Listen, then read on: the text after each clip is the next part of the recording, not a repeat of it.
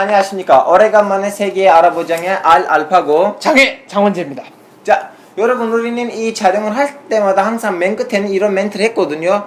혹시나 원하시는 나라가 궁금하신 나라가 있으시면 우리한테 댓글로 알려주시면 우리가 찍겠습니다. 그래서 드디어 댓글 반응이 왔어요. 예, 댓글 반응이 왔습니다. 인도네시아, 말레이시아, 태국에 대해서 좀 알아보장 찍어달라고 멘트가 나왔는데요. 그래서 오늘 우리가 어디를? 인도네시아부터 갑시다. 자, 인도네시아부터 갑시다. 선배님, 인도네시아라고 하시면 항상 똑같은 발언이 반복되는데 제일 먼저 떠오르시는 건 무엇입니까? 세계 4위의 인구 대국. 또 그다음에 발리섬. 저는 개인적으로 가보고 싶은데 아직 못 간 발리섬. 그러면 그 인구가 4위인데 그러면 1, 2, 3 이렇게 1위가 중국, 예. 2위가 인도, 3위가 미국. 그리고 그 다음에는 이제 인도네시아가 2억 5천만쯤 될 거예요. 어마어마하게 많아요. 그렇죠. 근데 땅도 그렇게 이렇게 많지는 않아. 사실은 조그마한 섬들이에요. 섬이 한 18,000개쯤 그렇죠. 되죠. 그리고 대부분은 이제 그 자카르타 있는데 뭐 자카르타는 자바 섬이잖아요. 자바 섬, 뭐 몇몇 섬에 모여 살긴 하지만 인도네시아가 이게 섬으로 이루어져서 그렇지 끝에서 끝까지는 미국만큼 길어요. 너무 길어요. 예, 그 왼쪽 끝에서 오른쪽 끝까지 비행기로 한 5시간 정도. 그래서 항공사가 너무 많아요, 거기서. 사람들이 이제 페이나 아니면 항공사를 타고 섬들끼리 이동하니까. 그렇게 이동을 안 하면 이동이 불가능하니까. 그렇죠. 아마 인도네시아 안에서도 이렇게 표준시가 몇 개여야 될걸요? 그렇죠. 그래서 원래 인도네시아는 이쪽으로 시작하면 수마트라 섬, 다음에는 이렇게 자바 섬, 다음에는 칼리만탄이라고 하는데 사실 그건 보르네오 섬이에요. 브루네이 다루살람이라는 나라가 있잖아요. 브루네이는 인도네시아 밑에 말레이시아하고 사이에 조그맣게. 그렇죠. 그래서 그 큰 섬 이름이 보르네오이니까 그 사람들 브루네이 다루살람이라고 돼 있고, 인도네시아는 칼리만탄이라고 해요. 좀 약간 거기 전체적 문제가 생겼거든요. 말레이시아가 독립을 했을 때 여기까지 내려오지 마라고 하고 한 3년 정도 전쟁했는데, 다음에는 술라베시 있어요. 다음에는 말라쿠, 다음에는 뭐 파푸아, 하여튼 그런 거. 그저 파푸아도 파푸아 뉴기니하고 이렇게 있는 거의 그 근처까지. 그 인도네시아 사람들 주장이 뭐냐면 예전에 네덜란드가 식민지 시켰던 모든 것이 인도네시아다 하고 파푸아 뉴기니도. 그러면 그 기준에 따르면 인도네시아여야 한다 이런 거예요? 예, 그렇죠. 그래서 이제 파푸아는 원래 하나의 섬인데 영국하고 네덜란드가 그 식민지 시절 때는 나눴어요. 그래서 반 정도는 영국 먹었고 나머지 반 정도는 네덜란드가 먹었는데, 네덜란드가 이제 나가고 나서 여기도 이제 인도네시아 섬이다 라고 거기서 좀 약간 충돌이 있었어요. 애초에는 파푸아 뉴기니 PNG라고 하는데 그러고 보니까 경계선이 이렇게 딱 직선이네. 예, 딱 직선. 뭐 아프리카에 있는 나라들처럼 딱 이렇게 직선으로 이렇게.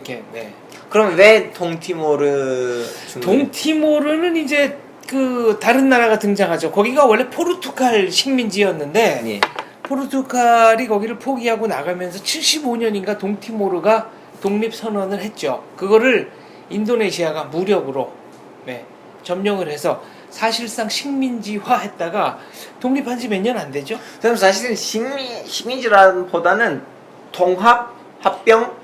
인도네시아식 시각으로 보면 통합 합병이죠. 근데 이거는 이제 역사가 누구 이기냐에 따라 달라지는 건데, 똑같은 걸로 인도에서도 인도가 독립하자마자 포르투갈이 또 식민지 했던 지역들이 있었어요.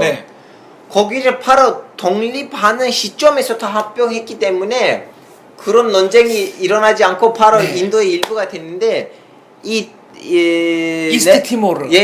인도네시아가 이스트티모르라는 지역을 이제 자기 독립운동하고 거기에 대한 관심에 좀 시간 차이가 있으니까 어떻게 보면 이제 그런 문제들 생겼고, 이제 지금 딴 나라 됐어요. 이스트티모르는 이제 21세기에 가장 최근에 독립한 나라 중에 하나지만 2008년인가 그 정도예요. 제일 이제 문제가 됐던 거는 이스트티모르는 가톨릭이에요. 98%가 가톨릭을 믿는 가톨릭 국가고, 인도네시아는 이제 이슬람 국가니까 그런 면에서도 조금 좀 말하자면 신기한 거 하나 알려드릴까요? 이스트티모르, 동티모르에 독립운동을 일으키는 제2인자라고 해야 되나? 그래서 첫 총리, 대통령 첫 총리가 무슬림이에요. 그렇죠. 이제 좀 종교적인 면으로 보지 않고 지역적으로 보니까 그 사람이 이제 앙골라인가 모잠비크에서 대학교를 다니고 네. 다음에 와서 그러니까 아프리카에? 쪽으로 예 왜냐면 거기다 포르투갈에 앙골라가 네. 포르투갈 식민지였죠. 예. 모잠비크다 모잠비크도 아마 예 그래서 이제 와서 그 사람들 적극적으로 나와서 이제 동팀으로 해방 운동 뭐 독립 운동에 참여해요. 뭐 무슬림인데도. 야 그러고 보니까 앙골라가 그 사상 최초로 월드컵에 진출했던 게 2006년 독일 월드컵인데 포르투갈이랑 경기를 해가지고 1대0으로 포르투갈이 이겼어요. 근데 그때도 이제 식민 본국과 과거 식민지였던 나라의 대결이라고 그래서 화제였고 이제 이 얘기를 하다 보니까 또 앙골라 얘기, 유럽 얘기로 가지 맙시다. 아니, 네, 인도네시아 얘기. 자, 아시아 최초로 월드컵에 나간 나라가 어디냐? 그러면 1954년 한국. 근데 이게 이제 약간의 시각 차이가 있어요. 1938년에 화란령 동인도 더치 이스트 인디즈가 월드컵에 나가요. 언제요? 1938년. 38년이면 근데 그거는 인도네시아로 볼 수 있어요. 근데 거기 선수들은 거기 살던 이제 말하자면 네덜란드인하고 인도네시아 사람들이랑 막 섞여 있으니까 과연 이게 아시아 최초의 참가국은 어디냐 이걸 갖고 근데 이제 논란이 인도네시아는 돼요. 45년 때 독립선언을 했어요. 사실은 그 지금 10만 루피아 10만 루피아 위해서 2명 사람 조성화가 있어요. 모든 화폐들의 한 명씩인데 자 마지막 화폐 10만 루피아는 2명 있고 하나는 수카르노 이거 하나 초대 대통령 그리고 하나는 모함메드 하따예요. 하따 초 대통령 뭐지 부통령 이제 그 2명이 이제 일본이 졸수하고 나서 이제 일본의 눈치를 보면서 이제 독립선언을 해야 되는데 어떻게 해야 되는지 모르는데 그때 있는 청년들이 이 2명을 납치해서 억지로 독립선언을 시켜요. 그래서 좀 어떻게 보면 좀 너무 신기한 독립선언인데 왜냐면 하고 싶어서 아니고 청년들이 납치해서 억지로 시켜서 독립선언. 이게 이제 되게 그래서 전 세계에서 제일 짧은 독립선언이에요. 뭐라고 첫 문장. 우리 인도네시아 사람들로서 우리가 독립을 선언한다. 끝 이렇게 그 독립선언 앞에 있어요. 그 길게 나가는 게 아니라 딱 2문장으로. 그 인도네시아는 본인들은 45년에 독립을 했다고 주장하고 네덜란드는 아마 49년에 인도네시아가 독립했다고 쓸 거예요. 그 이유가 뭐냐면은 이제 그 태평양 그러니까 제2차 세계 대전 때 일본군이 와가지고 인도네시아를 점령하잖아요. 그러니까 일단은 네덜란드군이 쫓겨서 이제 물러났단 말이죠. 쫓겨났단 말이죠. 그리고 일본이 패전하니까 그 사이에 인도네시아는 독립 선언을 했는데 네덜란드군이 또 옵니다. 또 와가지고 거기서 전쟁이 시작해요. 거기서 전쟁이 시작되죠. 그래서 최종적으로 네덜란드가 이제 손 떼고 나간 게 49년. 이제 그 일본이 오자마자 사람들한테 이런 약속을 해. 내가 니네들 독립시켜주겠다. 그래서 전쟁날 나한테 도와줘라. 그래서 그때 이미 조그마한 이렇게 게릴라 군들이 있었는데 게릴라 군들이 다 일본이 무대를 만들고 이제 군대를 만들고 이제 그 군대가 다음에는 인도네시아의 해방군이 되는 거예요. 그래서 이제 이게 좀 최근에 위안부 문제 얘기가 많이 나오잖아요. 그러니까 일본군 성노예 문제 등등 이제 유엔에서는 아마 이걸 섹스 슬레이브로 쓰는데 이때 인도네시아에서 일본군이 네덜란드 여성들을 많이 가져왔어요. 그런 게 하나가 있고요. 그다음 이제 두 번째는 그 일본이 이제 인도네시아를 점령했다가 쫓겨나갔잖아요. 다시 패전 이후에 네덜란드가 왔죠. 근데 일본군의 그 입대에 있던 조선인 청년, 조선인 청년이 인도네시아 독립운동을 위해서 싸운 사람이 있어요. 있어요? 양칠성이라는 분이에요. 이 양칠성이라는 분이 아마 75년인가 사망해가지고 지금 인도네시아 국립묘지에 묻혀 있는데 이분에 대한 얘기를 다룬 소설도 있어요. 그 최인훈 광장이라는 소설을 써서 유명한 최인훈 선생이 쓴 태풍. 태풍이라는 소설이 바로 이 양칠성의 연대기입니다. 자, 그 선생님 이름이 최일순? 인훈. 최인훈 선생이 쓴 태풍이라는 소설이 바로 이 인도네시아 독립운동 하는 얘기고 거기 양칠성 선생의 얘기인데 이제 그 책에 보면은 나라 이름을 거꾸로 불러요. 예. 그러니까 인도네시아를 영어로 써놓고 뒤에서부터 읽어가지고 아이세노딘. 그다음에 일본은 재팬을 거꾸로 써서 나빠유. 예. 그다음에 한국은 코리아를 거꾸로 써서 에로크. 그다음에 이제 왜 이렇게 차이나는 거꾸로 읽어요? 애니크. 그러니까 그런 식으로 이제 말하자면 소설적인 변주를 한 거죠. 아, 소설적인 편지요. 지금 선생님 지금 이제 이런 얘기를 하시니까 또 네. 얘기해야 되는 건 뭐냐면 인도네시아 전체성이거든요. 네.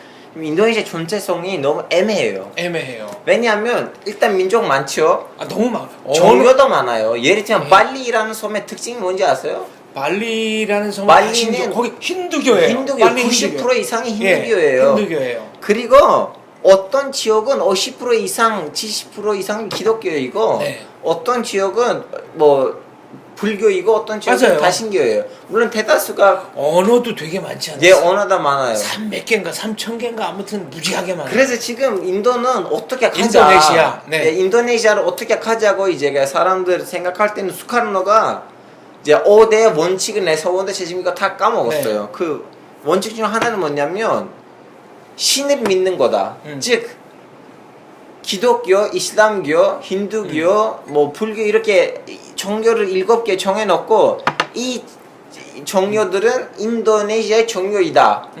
그래서 뭐라고 해야 되나? 그 나라는 세속주의이면서도 세속주의이면서도 그 7개 종교 입에 있는 종교들을 인정 안 해. 예를 들면 유대교들이 있는. 아 맞아요. 그러니까 인도네시아 헌법에 보면 이슬람, 예. 가톨릭, 그다음 프로테스탄트 이슬람, 개신교, 불교, 힌두교, 그다음 유교, 유교 컨퓨시즘. 이거 또 하나 다 있네. 7개라고 기억하고 있어요. 최근에 하나 더 늘어났어요. 이게 뭘까? 이건 모르는데 저 네. 이런 일이 있어요. 지금 자카르타에 2,000명 정도 유대교 사람들이 있어요. 네. 그 사람들이 야 우리도 신을 믿는데 우리도 하나를 믿는데 우리도 거기에 등록돼야 될 거 아니냐. 아니야 니네들 안 돼. 그냥 그 7개만. 그 인도네시아 헌법에 보면 종교의 자유를 보장하는데 예. 요 6개인지 7개 종교를 믿는 자유만 보장해요. 예. 그 이외의 종교를 안 믿을 돼. 수 없다. 그다음에 그 이렇게 아이디 카드, 우리로 치면 주민등록증에 그래서 반드시 어느 종교인지를 표시하게 돼 있고 종교가 없으면 공산주의를 믿는 걸로. 예. 그러니까 공산주의를 종교로 봐요, 인도네시아에서는. 그래서 종교를 안 믿으면 공산주의자. 그래서 그건 이제 탄압해요. 그래서 이제 냉정대도 네. 공산주의랑 많이 싸웠어요. 그 네. 수카르토 네. 시절 때 수카르토니까 수하르토 시절. 수하르토는 그 다음에 대통령. 그렇지. 수하르토 네. 한 65년 네. 또 이후부터는 쿠데타로 네. 정권을 잡았는데 근데 그 사람은 공산주의자이라는 이름을 가지고 많은 사람을 탄압했어요. 공산주의자를 탄압했죠. 근데 이제 인도네시아가 더 유명해진 거는 이른바 그 반동회의라고 예, 반동회의. 제3세계를 결집해보자. 바로 그는 초대 대통령의 생각이었어. 우리는 수카르토. 예. 네. 수카르토니까 수카르노. 수카르노. 수하르토. 네. 그 수카르노가 그러니까 반동이 인도네시아에 예, 있고요. 자카르타 옆에 있어요. 네. 거기 지금 화산도 있어요. 저 갔어요. 그 화산에. 네. 아직 언젠가 터질 수 있는 그래서 연기가 나요. 저는 안 가봤는데 관광객들 많이 간다면서요. 네. 가면 막 매캐한 냄새 예, 나고. 냄새가 너무 심해요. 예, 막 이렇게 코르타르 냄새 막 이렇게 몸에 막 날라와서 예. 붙기도 하고. 그리고 그 근처에 저기 그 오랑우탄들 사는 저는 시간이 없어서 그냥 그것만 보고 내렸어요. 산에서. 그 오랑우탄이 그 인도네시아 길거리에서 막 말레이어로 들어가요. 숲속의 사람이라는 뜻인데 예, 맞아요. 그 오랑우탄들 사는 데가 있어서 인도네시아 정부가 이렇게 바나나 같은 막 식량도 정기적으로 주고 예. 실제로 그 바나나 갖다 주는 아저씨를 오랑우탄이 알아보고 막 같이 어깨 동무도 하고 그런대요. 아니, 오랑은 인도네시아 말대로 사람이에요. 사람. 우탄도 우탄, 숲의 근데 사람. 인도네시아어는 복수형 어떻게 하는지 아세요? 복수형이 없잖아요. 그래서 오랑 하면 사람들. 사람들, 예. 그러니까 아들 셋이면 한국식으로 하면 아들 이렇게 아들 셋 이러는 게 아니라. 네. 네. 아주 좀 약간 그 전 세계에서 네. 제일 쉬운 언어라고 해요, 다들. 100명은 어떻게 하나 그럼? 아, 선생님, 그거는 그냥 100? 이거 모르겠어요. 봐야 돼요. 하여튼 좀 그러한 점 전체성이. 네, 그래서 제3세계 그 반동회의 얘기를 더 하자면 그때 한국은 참여 안 했고 북한은 거기 참여했죠. 그래서 맞아요. 인도네시아가 그때 한때는 이제 말하자면 세계 정치의 중심처럼 보였던 때가 있습니다. 있었어요. 일단 유엔에서 그 다수결 머릿수를 제일 많이 확보했으니까.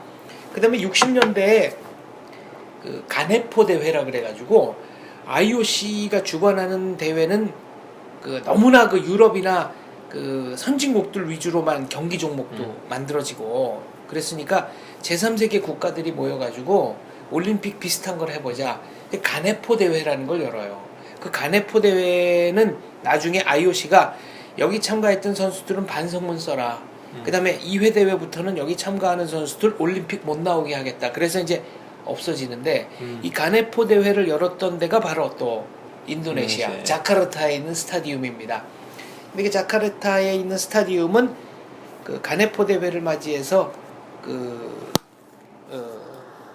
소련 네. 소련이 지어준 경기장인데 여기 약간 그 말하자면 그 살짝 치팅, 살짝 속임수가 있대요. 왜냐면 그거는 그러니까 적도가 원래 그 경기장 안으로 이렇게 적도가 지나간대요. 예. 지리상으로는. 근데 그 경기장 입지가 워낙 좋으니까 예. 그 표시는 경기장 밖으로 살짝 지나가게. 근데 원래 오리지널 적도는 경기장 안으로 지나가게 돼 있는 거고 예. 그 근처에 가보면 여기가 적도입니다라고 표시되어 있는 데가 있는데 그거는 경기장 바깥으로 이렇게 살짝 가게. 왜냐면 그 정도는 있겠죠. 애교죠, 애교. 애교. 선생님 이제 그 인도네시아 얘기를 하면 제일 먼저 떠오르는 거 뭐냐면 인도네시아는 지금 공화국이잖아요, 사실은. 그렇죠. 근데 아직 일부 지역은 공화국 아니에요. 술탄들이 네, 있어요. 네. 거기 도지사는 지사라고 해야 되나? 네. 거기 이제 아빠에서 아들로 넘어가요. 주지사, 예. 세습. 네. 예, 세습이 있어요. 일부 주에서. 예를 들면 강원도에서 지금 요즘에 이름이 많이 나오시니까 최문순 네. 지사님이 돌아가신다면 강원도 지사는 아들이 돼요. 그런 식으로. 근데 그럼 거기 술탄들은 실제로 좀 지배력이 있는 거예요? 이제 그 주에서는 지배력이 있죠. 그 주에서. 그러니까 거의 왕국이네, 자기 왕국. 그래서 사실은 이제 인도네시아가 이제 해방 운동을 하는 지역이 몇 개밖에 없었어요. 네. 그래서 그 수카노하고 하타 그 사람들이 이제 합치고 이제 해방 운동을 하려고 했는데 네. 나머지 지역도에서도 지지를 얻기 위해서 그 사람들한테 야, 오케이 우리는 해방하면 니네들은 그런 술탄 세습을 안 깨뜨리겠다. 우리는 니네들한테 자기네 나름대로 무슨 자치권을 그렇죠. 주겠다. 그런 이제 이 말로 꼬셔서 만든 거예요. 왜냐하면 네덜란드는 야 봐봐 걔네들 독립하면 얘네들 이제 술탄 못 따겠다 하는 식으로 속이니까 어쩔 수 네. 없었어요. 그러고 보니까 이슬람 인구가 압도적으로 많다고 그러지만은 여성 대통령도 나왔네요. 그러면 인도네시아는 이제 이슬람을 비판할 때 네. 여성들 탄압받고 네. 있다 할 때는 이슬람 측에서 그러면 야 인도네시아 야 터키 야 예. 일부 아프리카 국가들 네. 그래서 좀 인도네시아하고 말레이시아 터키 그리고 일부 아프리카 국가들은 여성 대통령 나왔죠. 예 인도네시아. 맞아요. 네. 아마 수카르노의 딸인가 그쵸. 뭐지 예. 네. 그건 무슨 친척이었어요. 딸이었던 것 같아요. 그죠? 아 그리고 인도네시아 여자들은 남자들에 비해서 좀 약간 좀 세요.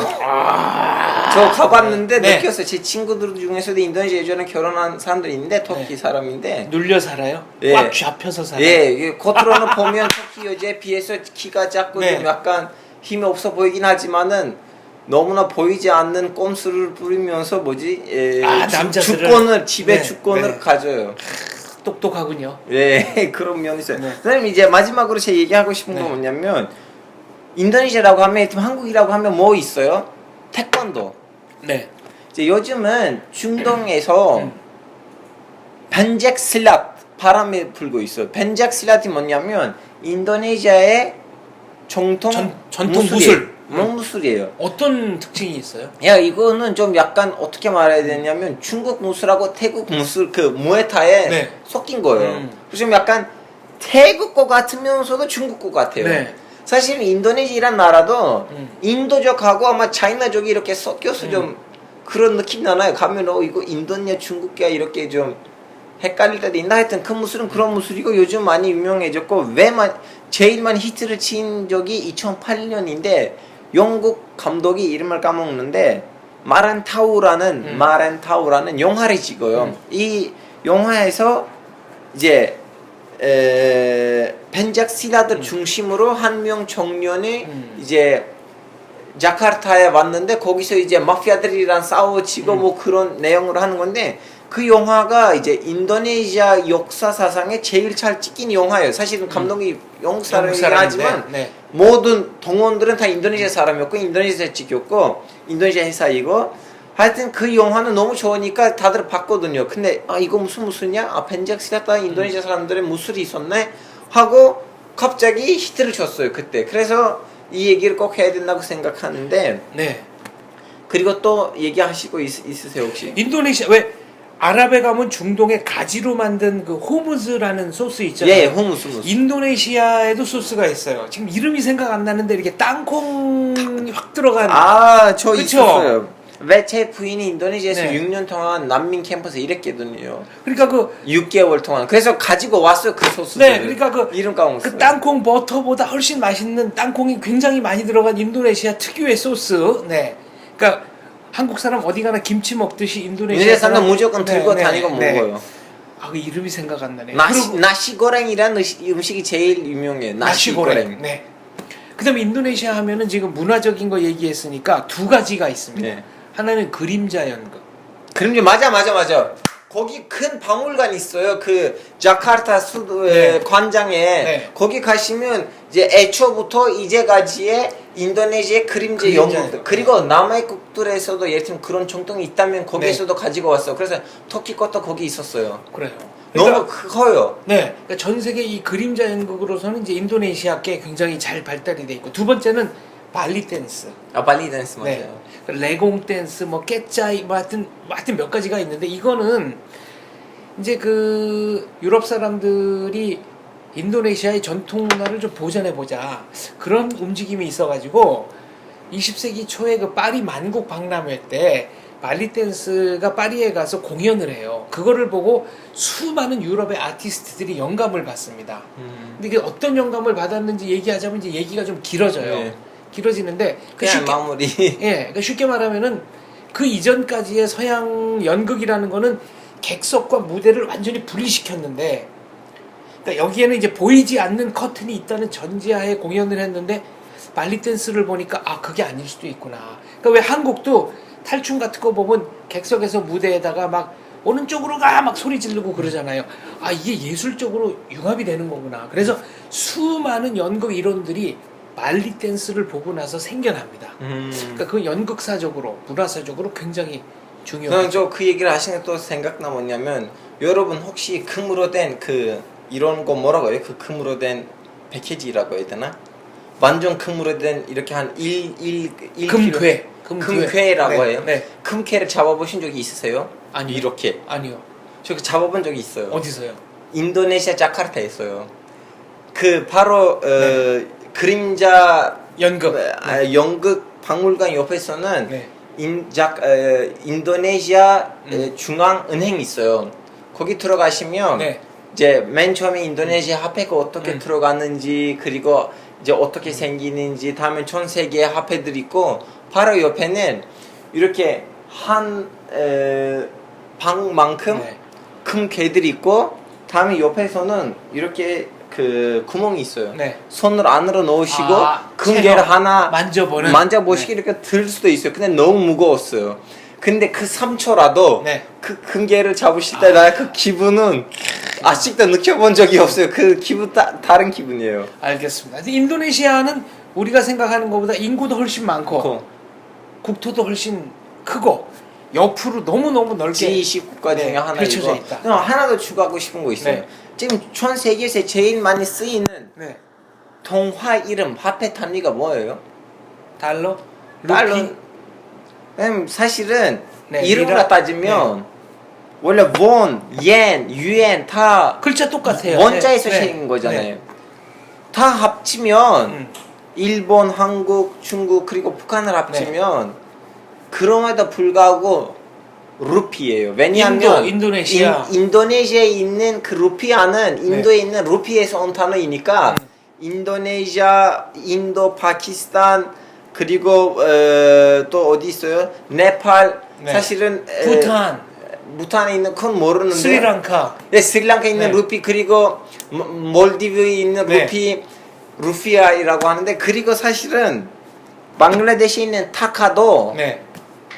루피의 벵갈어로 된 번역이에요. 그래서 루피는 제일 많이 쓰이는 동화 이름으로. 단위다. 네. 저는 그 은밀히 계산을 했는데 10만 명 인구로 루피는 1위 됐어요. 그럼 이제 제가 예. 마무리 의문. 예. 인도네시아 국기랑 폴란드 국기는 어떻게 다르죠? 그거는 저도 그 얘기를 많이 했었는데 네. 여기 이 비율이 좀 달라요? 예, 비율이 달라요. 자기들끼리 구분하나? 하겠죠. 흰색, 빨간색은 똑같잖아요. 예, 하겠죠. 하겠죠. 다르니까 네. 하여튼 뭔가 달라야 하나는 길고 하나는 살짝 짧잖아요. 네. 그걸 보고 아마 사람들. 아무튼 네. 아무튼 그런 의문이 있습니다. 알겠습니다. 여러분 다음에 때 뵐 때까지 네. 제발 항상 우리 동영상들 한 번 아니고 몇 번 보시고 네. 밑에 코멘트 달아주세요. 댓글 달아주십시오. 우리를 먹여 주실 수 있는 유일한 방법은 댓글하고 조회수입니다. 알겠습니다. 다음에 봬요. 감사합니다. 감사합니다.